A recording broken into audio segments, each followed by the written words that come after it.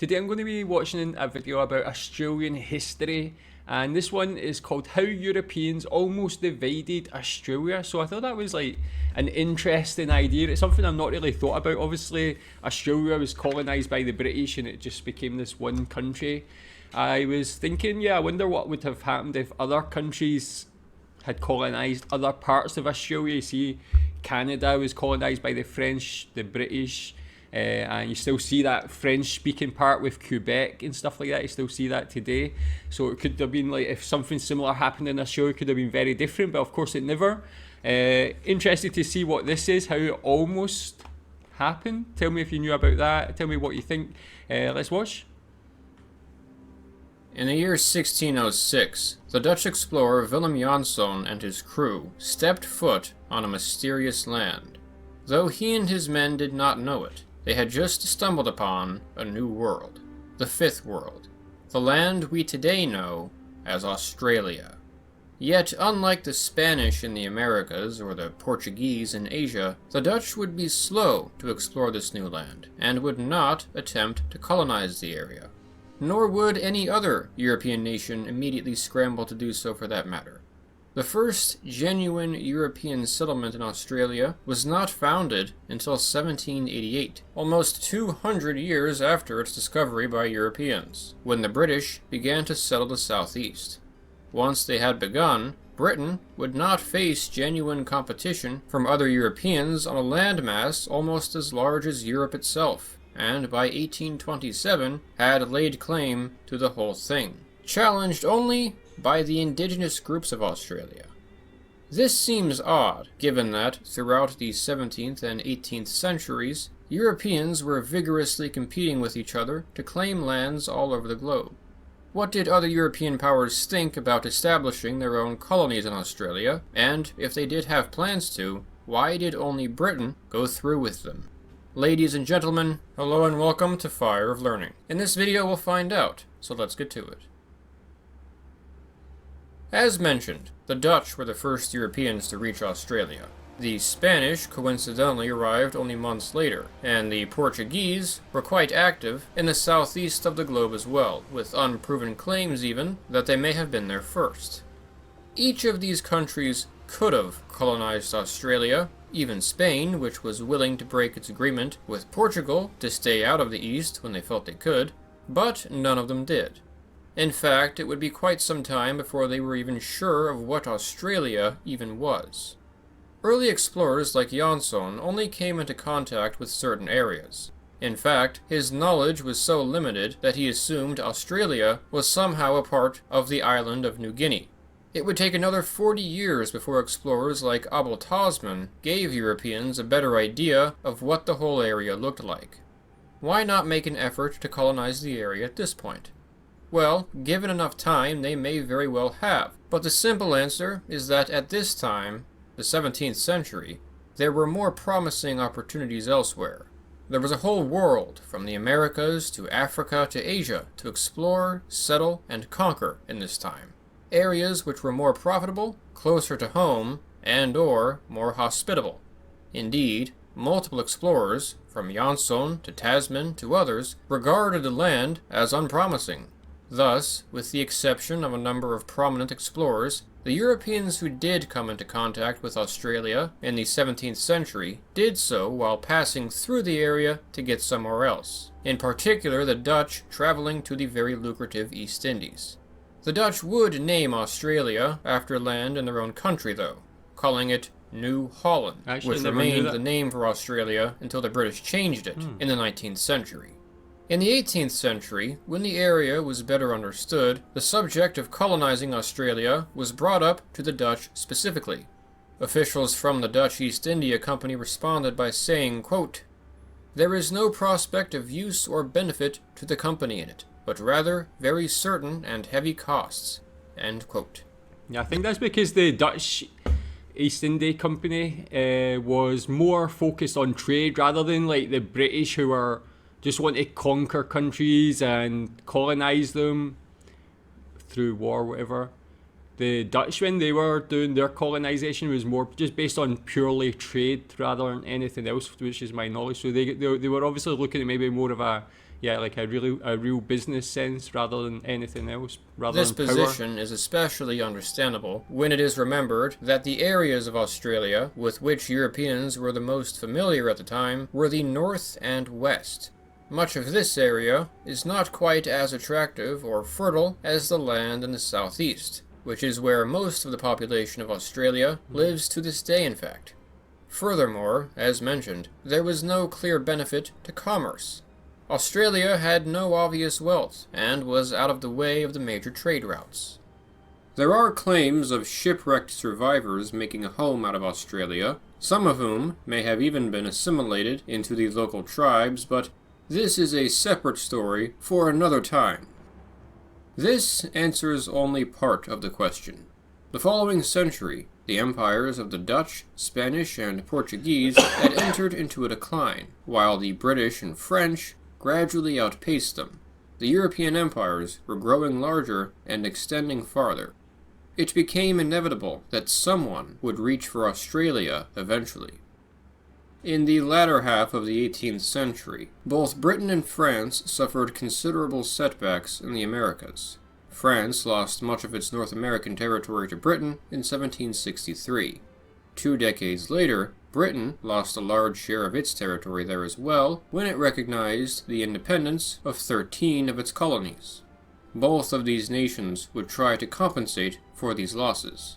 In this effort, both Britain and France found Australia more and more interesting. Prominent citizens of both countries began to increasingly call for further exploration and a colony, and, as we shall see, Britain and France would not be alone. In 1770, the British explorer James Cook explored the eastern coast of Australia and would claim it for Britain. In 1772, the French explorer Louis Aleno de Saint-Ouen claimed the west coast of Australia for France. It might have appeared that Britain and France were squaring up for another showdown at this point. However, these were, for the moment, just claims, no colonies. The British, however, would, not long after, act. They established the first permanent European settlement in Australia in 1788. This colony would be a penal colony, though it's worth mentioning that the British intended more for Australia than for it just to be a place to dump their prisoners. Indeed, the prisoners who were sent to Australia were employed in developing the colony into a proper piece of the empire. The French had similar ambitions. Given the amount of attention the French gave to Australia, it seems entirely possible that they would have followed the British there. An example of French interest can be seen in the La Perouse expedition that reached Australia in 1788. However, the French soon found themselves distracted. The French Revolution erupted a year later. It would set in motion events that would disrupt France's colonial efforts for nearly 30 years. Though the threat of French settlement remained throughout this period, it was lightened, and ultimately, France never did follow up on their claims to Western Australia. The French Revolution, therefore, perhaps totally changed the course of Australian history. Still, this didn't mean Australia was assured to be as British as it would become quite yet. Other European powers looked to Australia as well, such as everyone would guess, well, maybe not, Sweden. In 1786, 2 years before Britain established their colony, the Swedish King Gustav III, working with a man named William Bolts, drew up plans to set up a colony in the Eastern Seas. Gustav was interested in establishing overseas colonies for Sweden throughout his reign, and therefore Bolts, an adventurous merchant with an expertise in the East, did not find it hard to persuade him of the ambitious plan he brought before him. The Swedes planned to found a settlement on an island which would be called Boltsholm. The specific island in question was kept secret, never named in writing. It was said to be, again, in the eastern seas, specifically the southern Indian Ocean, unsettled, and larger than the islands of Mauritius and Reunion put together. It may have been quite a bit larger, with his intention in fact being to settle the Australian mainland. Regardless of whether or not it was Australia, Bolts made open reference to the opportunity this colony could bring in the future for the Swedish in terms of exploiting the resources of Australia. He compared Australia to Peru or Mexico in terms of the potential untapped wealth that could be there. He likely had in mind Swedish expansion into the area that today surrounds the cities of Fremantle and Perth. This was quite a bold move for Sweden, a nation which had seen their empire decline in the past century, and which had not been very successful in its past overseas colonial efforts. But the Swedish were quite serious about it. However, in 1788, war broke out with Russia and Denmark. Sweden could not afford to be distracted with such exotic ventures during this war, and the plans were abandoned. How well such a venture would have worked out, we'll never know. Once again, chance may have completely altered the course of Australian history. Yeah, that's it, man. Just two like wars at home for France and Sweden. Could it, yeah, if they never happened, like Australia could have been so different. Like, tell me if you know about this. This is the first time I'm hearing any of this story, so it's actually very, very interesting to me. But it was not over yet.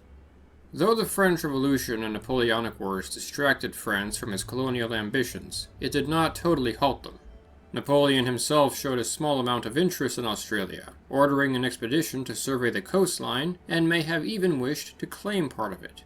There were even plans made by the Spanish to attack and capture the British colony in Australia, which were never realized and, admittedly, probably would not have worked for long. Furthermore, following the Napoleonic Wars, other European nations revived their interest in the region, namely France. To prevent these rivals from gaining a foothold, Britain would quickly move to claim the rest of the island in the 1820s, establishing more westerly settlements like Albany. The British may have moved in the nick of time, as the French sailor and advocate of Australian colonization, Dumont d'Urville, was exploring the area at the same time. Why not claim the whole thing to begin with? A couple of reasons. One of which is that, while Britain was not afraid to challenge the French, it seems a number of Brits involved in the venture, including Cook himself, were uncertain of whether the Dutch intended to claim the western areas they had discovered, and wanted to respect any claim they might have had. So, in summary, it could be argued that the reason Britain was not challenged by other colonial powers in Australia is that the period in which it first became advantageous for European empires to colonize Australia coincided with a period in which Britain was the only nation realistically able to do so. Britain capitalized on this opportunity and claimed the entire thing before the other colonial empires could catch up. Once established, Britain was too dangerous to challenge, and there was not much interest in challenging them anyway in the relatively peaceful Victorian era. Were Australia colonized before or after the period of 1770 to 1830, it may very well have been divided between multiple different powers. As a side note, the other powers of Europe didn't exactly go home empty-handed. As mentioned, the Dutch, Spanish, and Portuguese already occupied much of Southeast Asia. The French would settle other nearby territories, namely New Caledonia and French Polynesia, and the Germans would claim part of New Guinea.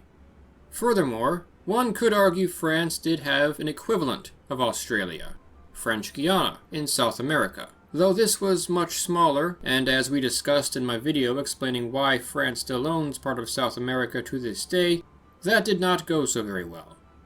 I hope you enjoyed this video. If so, I invite you to come check out the rest of Fire of Learning, especially... Yeah, go subscribe to that channel. It's like really good, man. Like, very interesting. Again, I had no idea. I just never really considered it. Obviously, I knew Britain colonised Australia. That's just where I thought it was. Never really knew there was more to it. That there was these opportunities or times that it could have been so different. Like, it was just these two countries, like Sweden and France, were distracted with other wars. Otherwise, they could have just came in and pretty much taken that land. The same as the Dutch. It was there for the Dutch to take. But again, as I said, to my knowledge, the Dutch weren't really too bothered about colonising countries just for the sake of colonising. They just wanted places that were good trading posts where they could make money, basically. So, yeah, I guess that's why they never as well. But tell me if you knew this. Tell me if you knew how close Australia could have been split even more by different colonisers. How different do you think things could be today if that happened? Thanks.